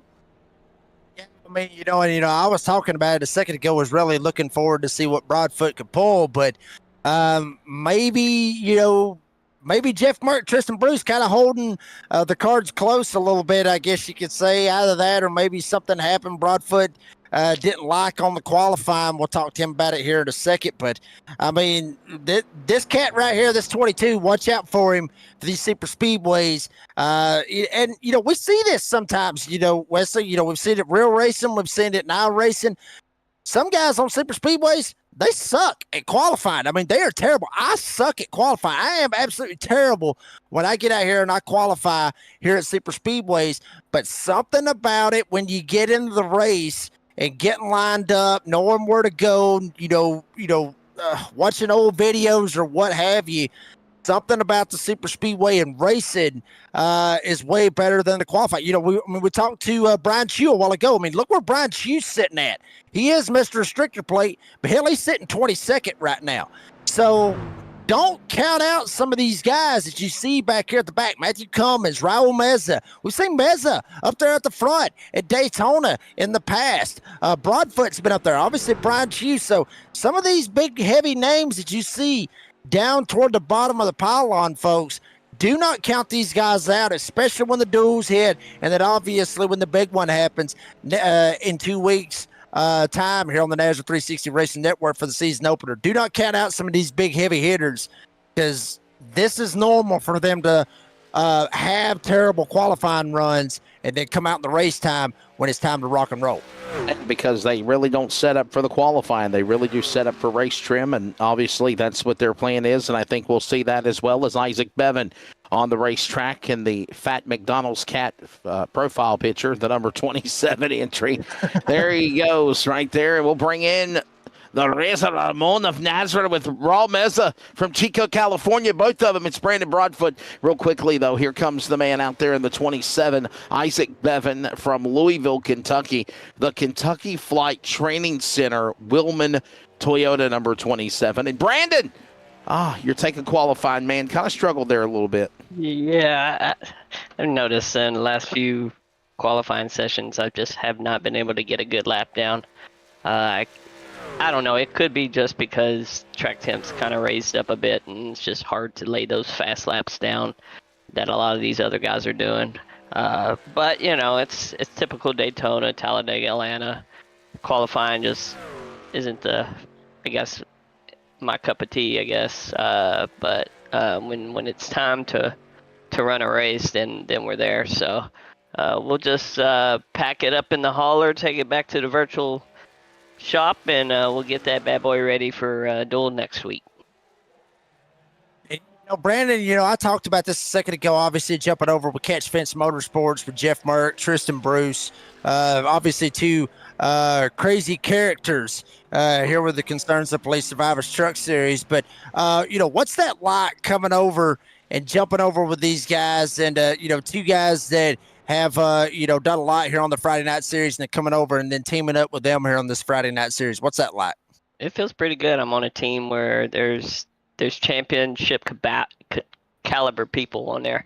I treat Tristan as a champion. He runs really good. He wins races.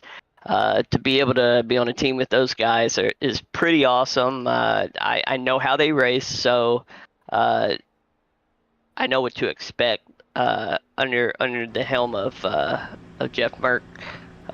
We race with each other on Wednesday nights just to fool around, and these guys are good competitors, and I'm glad to be on the team with them. We do got a lot of horsepower going into Daytona, a lot of restrictor plate racers. So I'm looking forward to it. I can't wait to get this season going. I think there's a lot of highs that are going to be achieved this season, so I'm ready.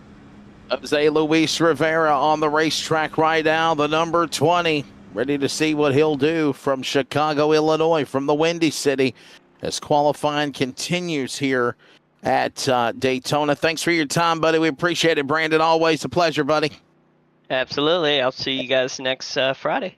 There you go, Brandon Broadfoot, ladies and gentlemen. And now we're going to bring in, as Jose Luis Rivera continues to qualify, Isaac Bevan. Isaac, the 27, you're taking your qualifying run and ready to go for the big race, but you're going to have to go through a duel, it looks like, to try to make the field.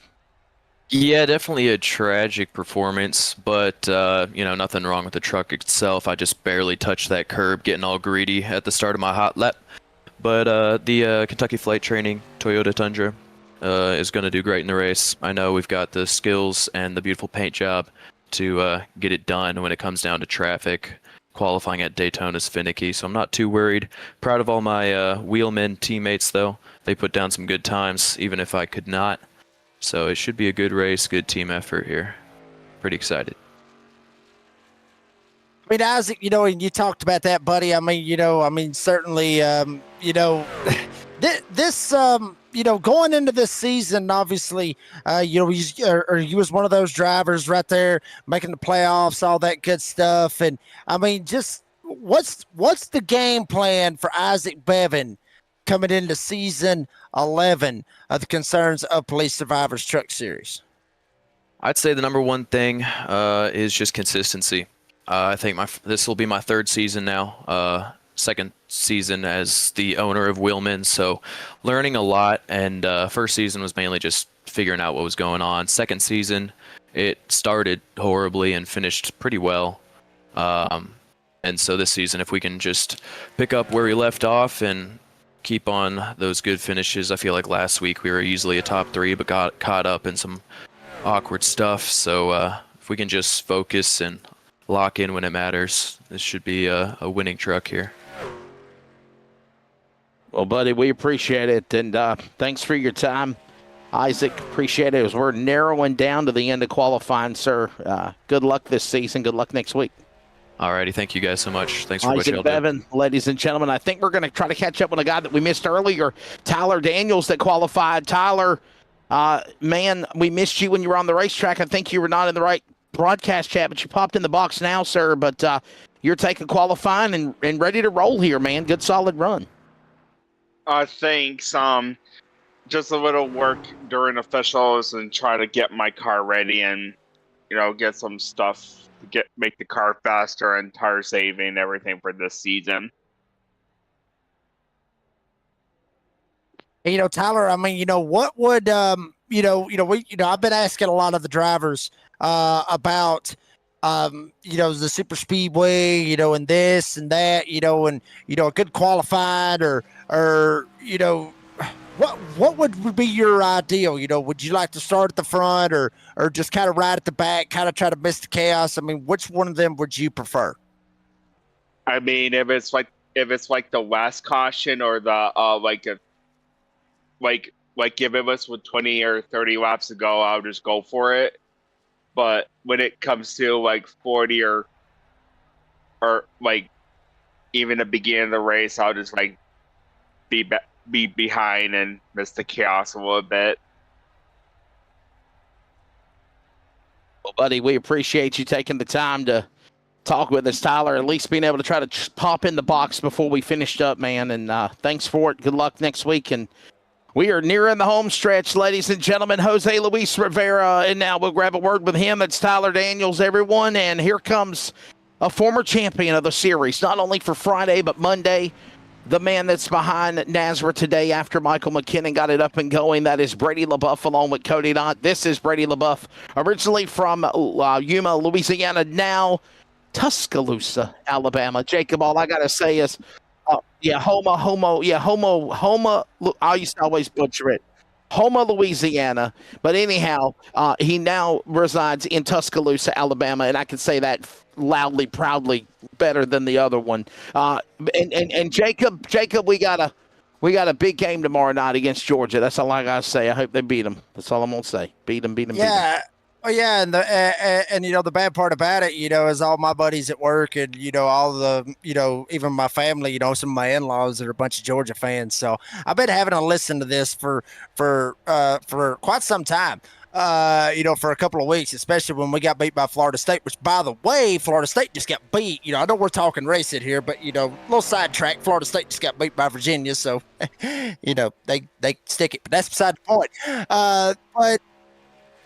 But yeah, we got Jim right here talking LSU. They got Ole Miss tomorrow, but that's beside the point. But yeah, it's going to be a good game tomorrow. 7:30 ABC, so that'll be some good stuff. But Jose, buddy, Hey, what's up? What are you? How in the world are you? And buddy, I mean, 18th qualified. What happened? I mean, it was a position on the track. I don't know. I don't cheese. I was ready to go out there and just run a fast lap, see how it went out. Look, it's fine. It's fine. We're part-time this season. We're gonna make the most of it. You're gonna be seeing a good amount of me this season. I'd say I probably took a backseat last season, but more than Well, Brady, you were kind of cutting in and out there for a little bit, man, but we're looking forward to seeing what you can do. Brady LaBeouf finishing up with qualifying. Jose Luis Rivera is what I was going to say. You were cutting in and out there for just a second, but yeah, man, obviously a good solid run. And, it's going to be in the back, but it's going to be about 18th. You're going to be about midway through one of the duels. What's the plan? Just kind of stay out of trouble, ride, stay up in front, or just be consistent and see what you got there at the end? work itself out once see me making my way. We're really having trouble hearing them on the pings and the audio. So, buddy, we'll let you go. Thank you, Jose, man. Good luck. We'll see you in 2 weeks, man. Good luck. Thank you. Boy, he's pinging bad. Jose Luis Rivera, ladies and gentlemen, sounded like a robot, but obviously. That I'm understanding that is qualifying because Brady LaBeouf actually kind of manned qualifying operations with Cody Knott, and he is the last man to take time. By the way, Brady LaBeouf, former series champion, when it's all said and done, he will end up, oh boy, he's way in the back, man. He's going to have to come through one of the duels as well. Brady LaBeouf right now, 26th outside the top 25. And Brady, happy with that, Tom? Ready for another season? Ready to go for your second championship in this tour as well?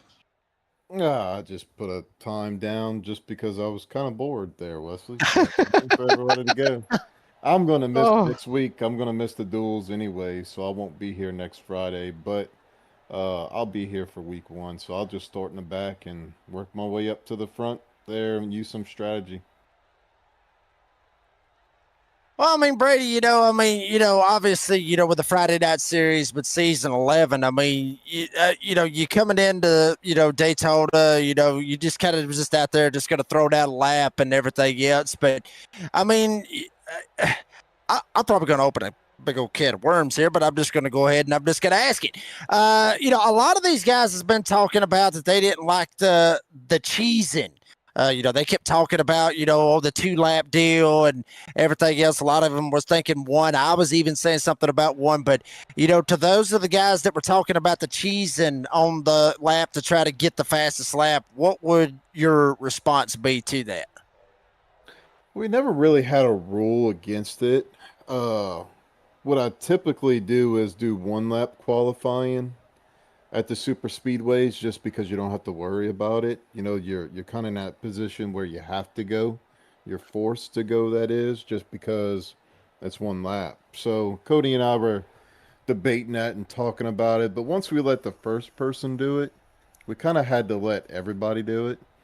And it stretched out, right? We used up all the time, 2 hours. So it kind of worked out.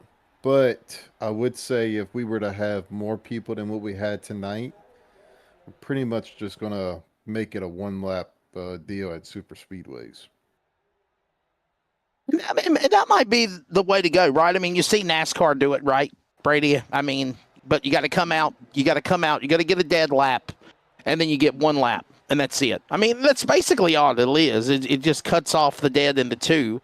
And honestly, it makes it be where I think it can control the sandbagging, like you, Brady. Cody said it as well, because you got to get on the racetrack. You got to get your butt up to speed, and you got 1 lap on the 2.5 mile or 2.66 mile if we go to Talladega, because you don't get a second chance. Bottom line, got to put the lap down.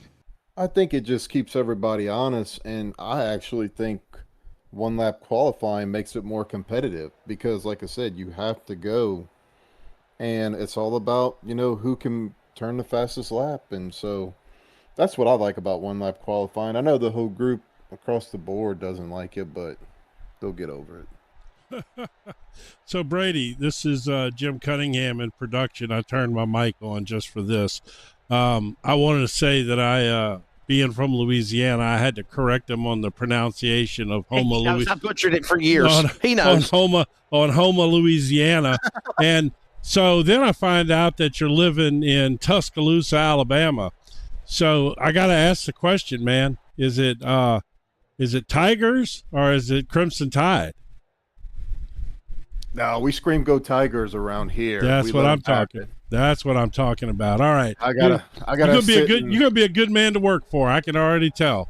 Yeah, well, it's a pleasure. It's a pleasure to meet you, Jim, and I'm glad you came on board. We appreciate He knows that it is Alabama where he lives at now. He knows that. That's all right. All the way. Well, I'll paint a picture for y'all. So every morning I've got to go in this executive meeting, and everybody talks about their departments, right? And it's kind of like a horseshoe setting. And so they say there's our office is completely diverse. I got a guy, one of my buddies, Leaf, that's in sales. He's an Ole Miss fan, so him and I's been kind of talking trash the whole week. You got Auburn, Alabama, you got Florida Gators in there, Mississippi State, Texas A&M, Tennessee, LSU. So we've got a division in Baton Rouge. So, there's a lot of LSU people in there and a lot of Alabama Roll Tide people in there. So it's fun. And we tell them, everybody, when they come in on Mondays, if you won, you get to sit on the right side of the table. If you lost, you got to sit on the left side of the table. So hopefully I'll be sitting on the right side come Monday. But no, it's fun. But every Friday after that meeting, I got to hear Roll Tide. So we shout out "Go Tigers" for sure. Yeah, they probably stumbling over their words this year and last year. So. Listen, don't even go there, Jim. See, I don't know you like I know you, okay, Jim? So don't do that to me, okay? We were friends. You're crossing the line. Jacob is being silent because he knows you're crossing this line too. Just ask him. I'll tell you. Hey, look. For the record, I got to shout out my buddy Tyler Dittmer because him and I, before I even moved up here, him and I would go back and forth, and he would tell me, Brady, the only people that care about Alabama playing Louisiana or LSU is people from Louisiana. And I'd say, Tyler, I'm telling you, it's a bigger rivalry than what y'all think it is. Right. I can tell you this from being around Alabama people, they do not like Auburn. They respect LSU.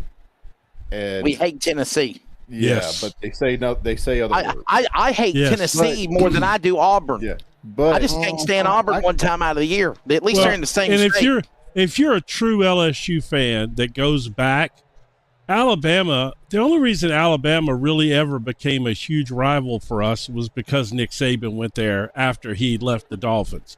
You're correctly right. Yep. Before that, our lifelong rival for years has always been Florida, and in my mind, it will always be Florida. The Florida Gators literally put a cat skeleton in their end zone the year Mike the Tiger died, with Mardi Gras beads around his neck. And I don't care. I think we all can agree, everybody in this right now can all agree that we all hate Florida. So there's that. Oh, yeah.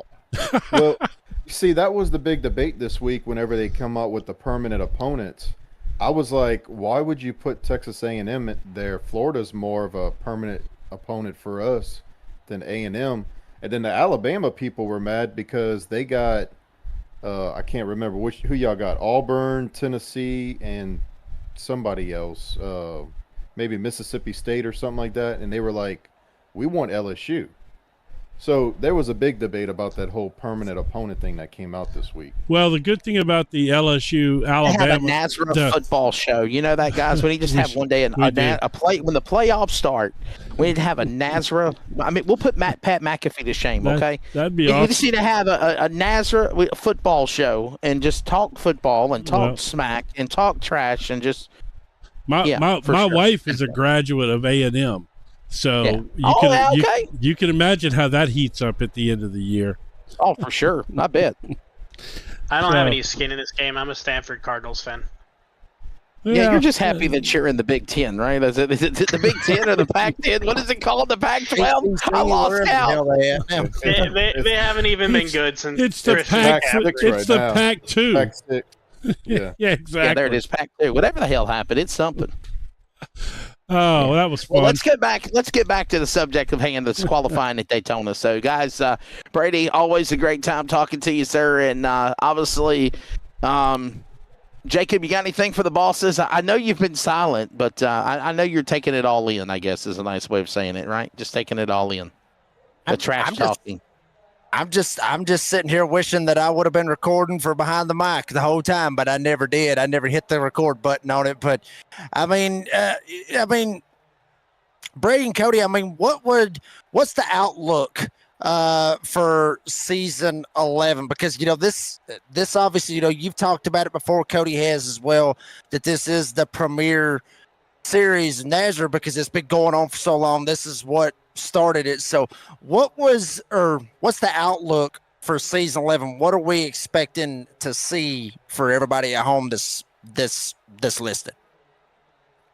Well, I don't get into that whole noise of Premier Series and whatnot, just because I think, we got a lot of guys that run Mondays, Wednesdays, Fridays. Some, run primarily on Mondays or Wednesdays and Fridays. Some run both. Some run all three. And some of them we keep separated too. Some of them we keep separated. I don't try to get in that whole debate, because I don't want it to be a disrespect to the other series.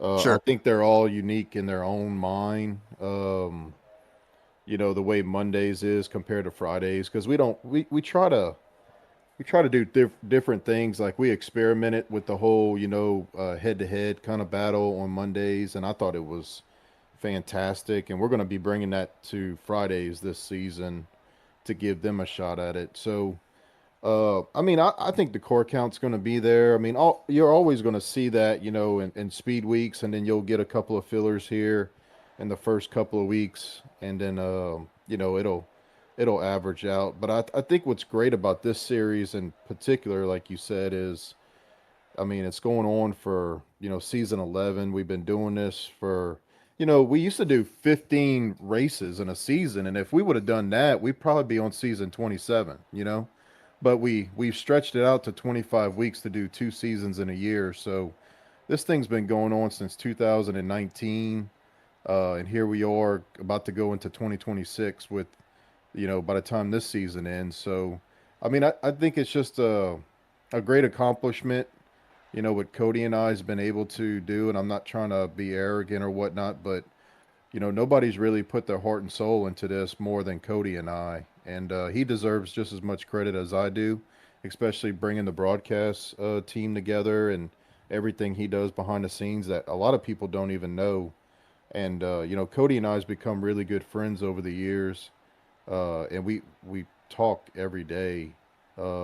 He's almost like family that, you're not related to, kind of deal. So I think what's great about this series in particular, you're seeing guys like Matt Lee, who's back with us, who used to race with us back in season 1 and 2. Michael McKinnon, Austin McKinnon's coming back to race. You got a mixture of new guys, some veterans, and just some OGs, is what I call them, coming back into the mix for season 11. So I think that's what's great about Fridays, and I would just leave it at that. Going to be a fun one for sure. Definitely. Well, guys, thank you very much. We are going to take a commercial break. One more time to thank all of our sponsors. And when we come back, we will wrap it up from qualifying night here at the World Center of Racing, as it is officially done. David Flanagan, Toyota, number 31, quick qualifier, 51.649 seconds, 182.40 miles an hour, and MDW, Matthew David Wood, on your front row. Everyone else will go through the duels, which are like heats, duels, next Friday night here at Daytona. Back in a moment. We wrap things up from Daytona next.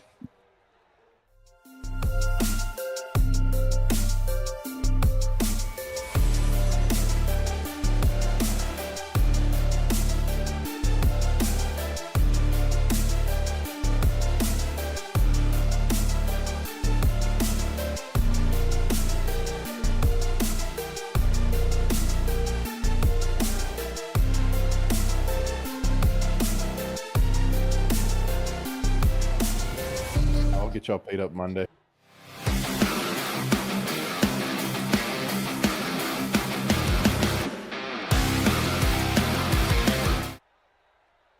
Qualify.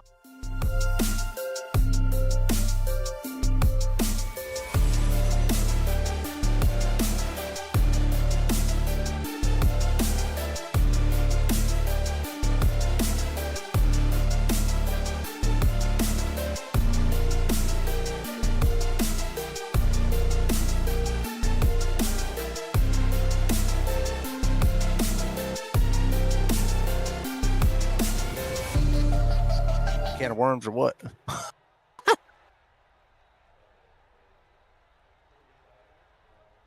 We're back at Daytona as we are going back to show you the results for qualifying.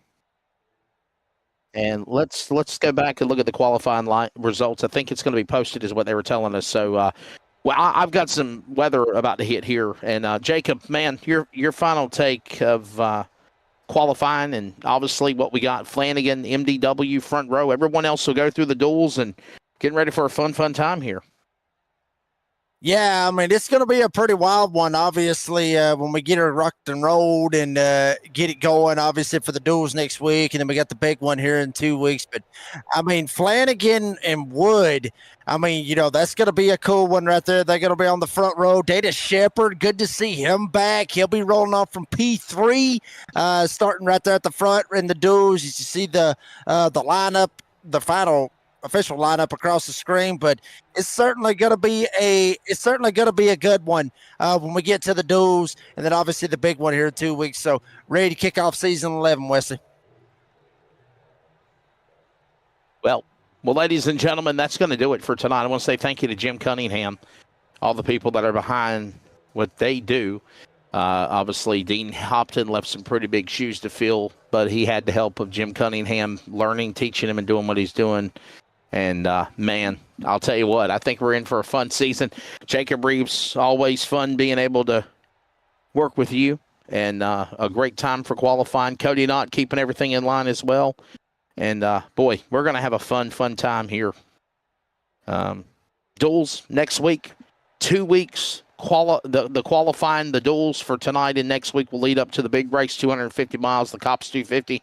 And then, Jacob, we will literally be off. But it's going to be a fun one for sure. I think we're going to see some really new talents here in the C.O.P.S Truck Series, just like we've seen in DSR, just like we've seen in NASRA Cup.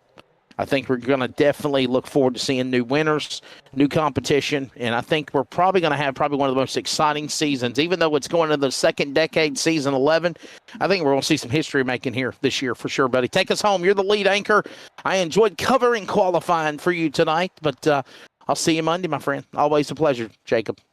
Yes, sir. Always a pleasure with Wesley Outland and everything. And, folks, I mean, you know, the season 11 is going to be a good one. I mean, it really is.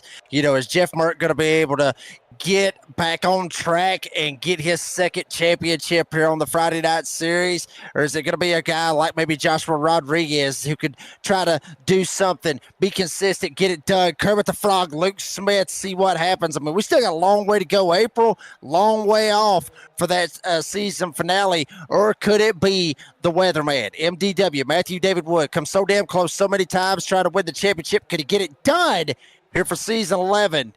It's going to be a long ride, folks, but that's going to do it here for this broadcast here on the NASRA 360 Racing Network. All our great sponsors, obviously Premier Racing Setups, Merch Magical Creations, 213 Simware, DSR Electric, TLC, and obviously you cannot forget about C.O.P.S, the concerns of police survivors, for everything they do for this series. Shout out to the drivers for tonight and the fans for always coming out big old numbers.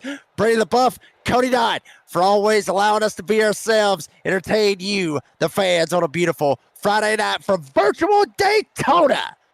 For Jim Cunningham and for Smithfield, North Carolina's own Wesley Outland, I'm the redneck announcer, Jake Reeves. Said as I always say, be safe, be kind, be fast. Qualified is over with. We're getting ready to do a little racing next Friday night.